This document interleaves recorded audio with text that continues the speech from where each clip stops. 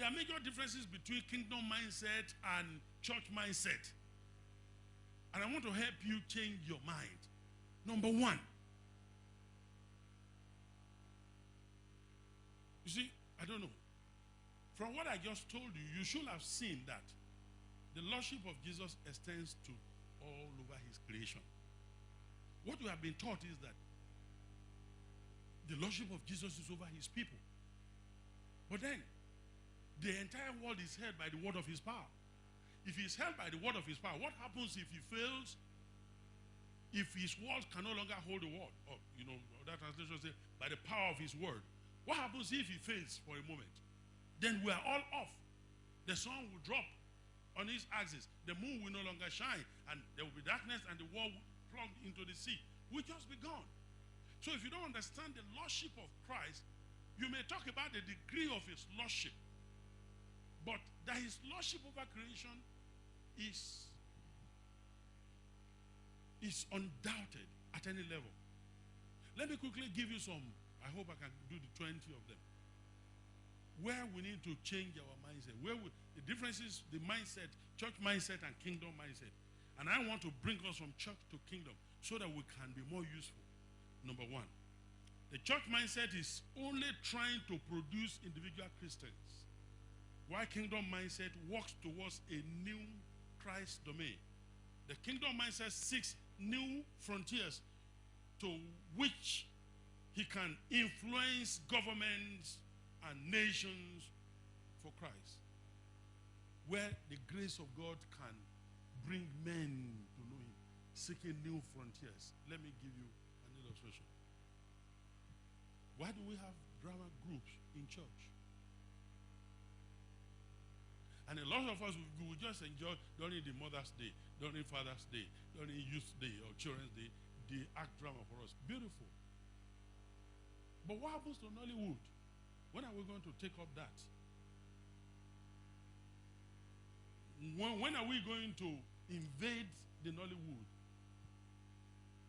Now I see people on Facebook campaigning now to say, do not watch Nigerian film.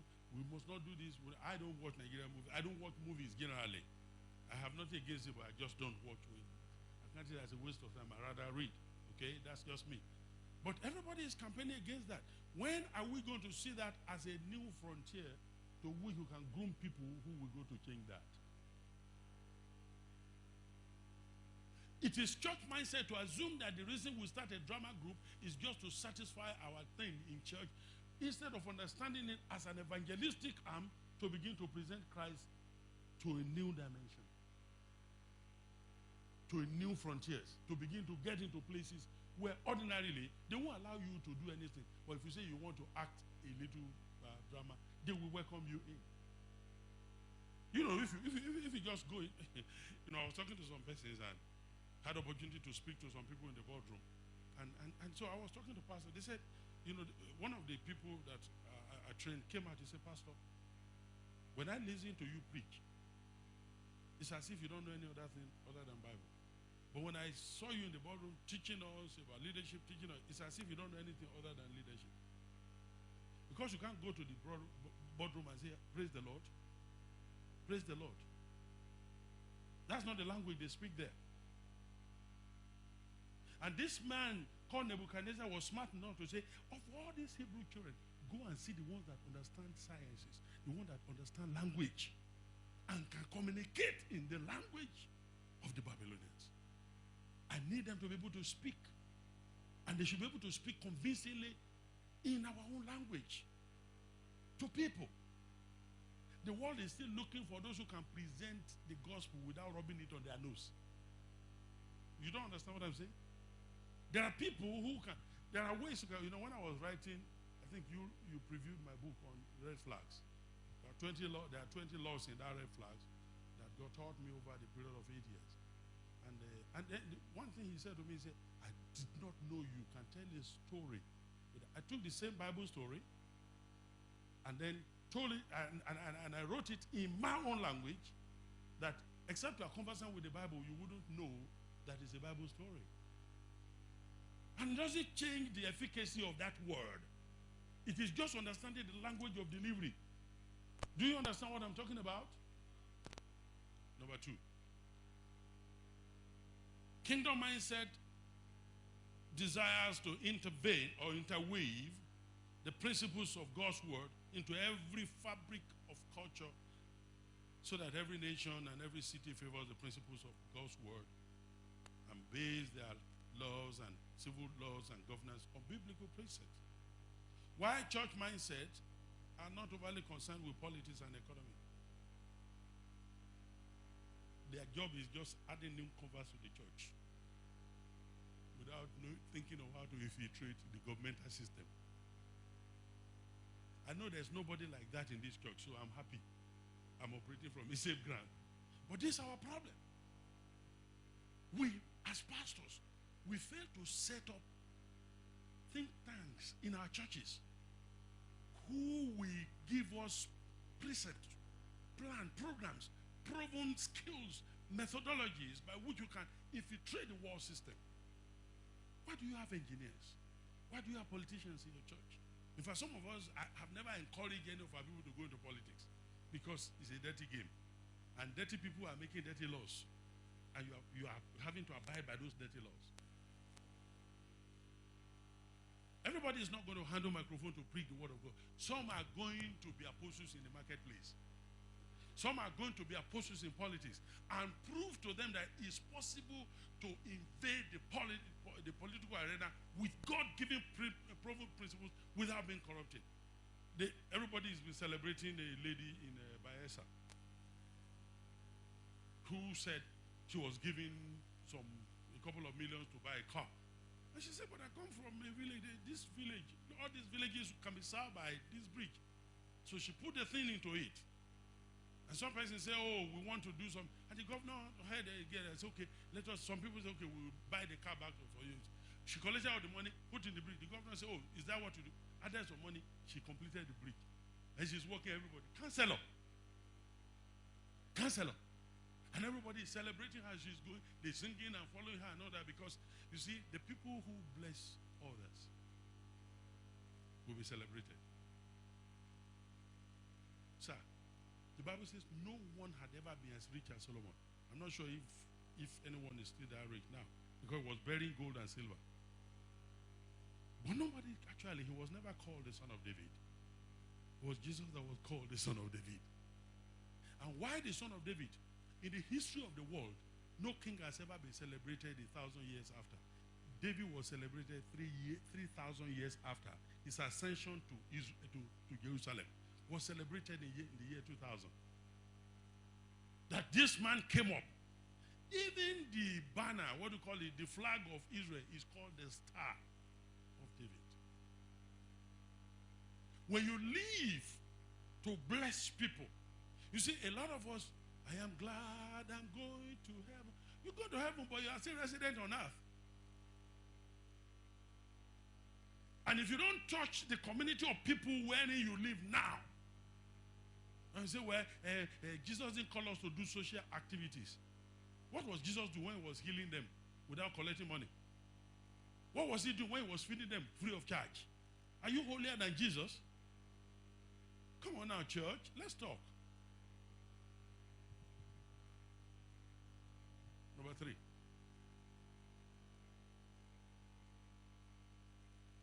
A kingdom mindset nurtures leaders who are world changers and cultural changes or creative cultures, who articulate truth to the society with their language of delivery. A church mindset nurtures leaders who speak religious language relevant only to church people. Do you understand what I'm saying? If we don't begin to teach people how to talk in the boardroom, if I pastor a local assembly, one thing I would do differently when I used to, I had committee for, I set up the structure in a way that in my plurality of eldership, when it comes to creating ideas, if somebody were to try to go into politics, I had a think tank that will gather together and will evolve strategies and know who to recruit and what to do and how to get this done and put this in place so that, like that, they can take it off. Now, although they were doing all of this, this foolish thing, traveling around the country, trying to do, constitutional review and all that. As foolish as those things are, how many churches represented, came in as an NGO because you are registered under non-profit? How many churches actually made presentations? You know any church like that? That went there to make presentation. To say, let us do this. And you may say what the people are saying is stupid or what they are doing is foolish. Let your voice be heard. Somebody went there and told them that we need to change the Nigeria to United URA. United Republic of Africa. And then if you see on internet, everybody say I'm from URA. They are designing the banner, the new flag for URA. UAR. United African Republic.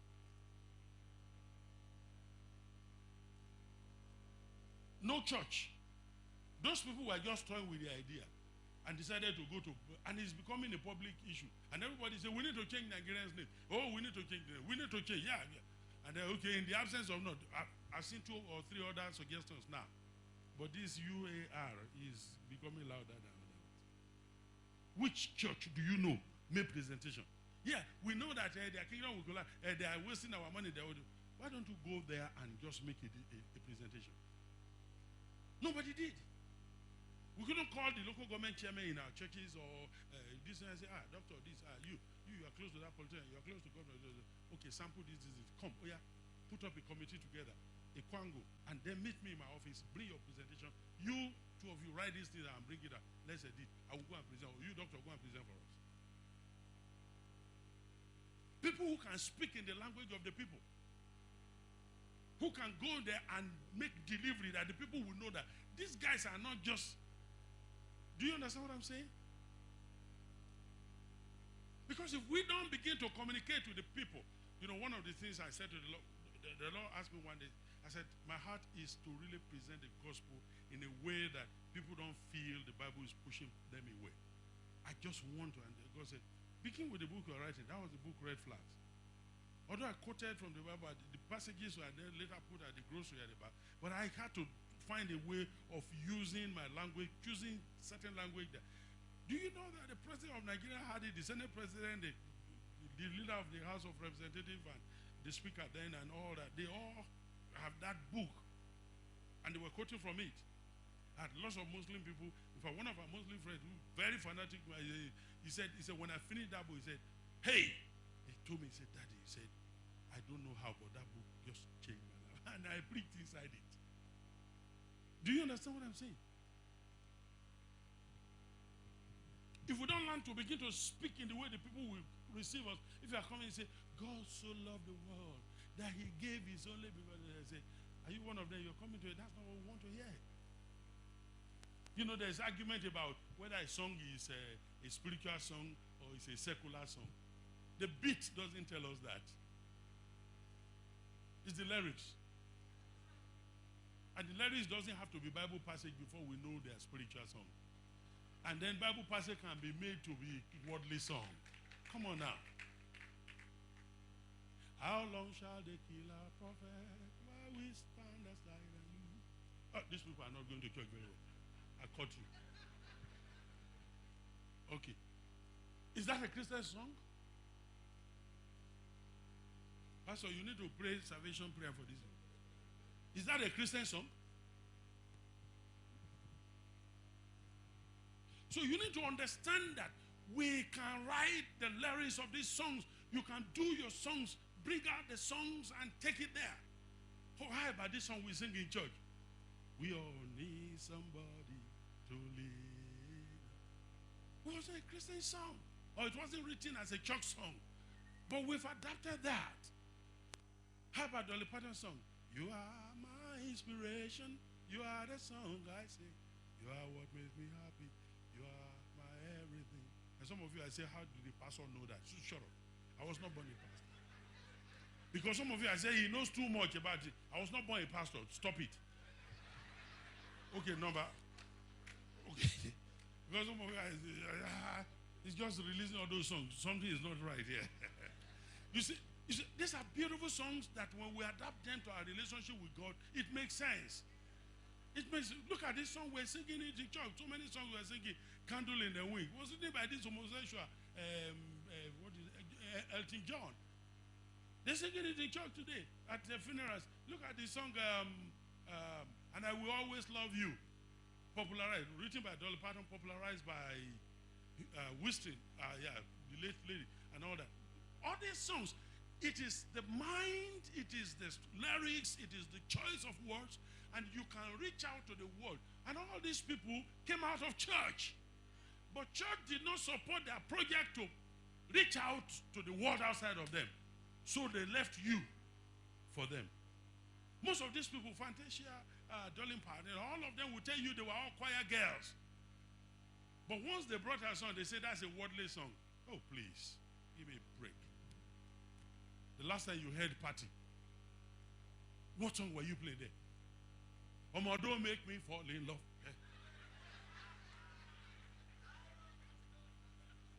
Okay. Number what is it?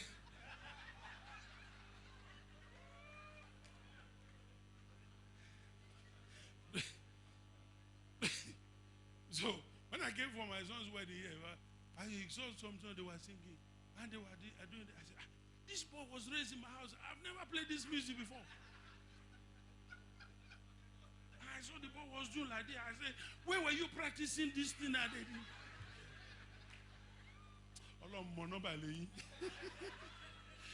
Nobody.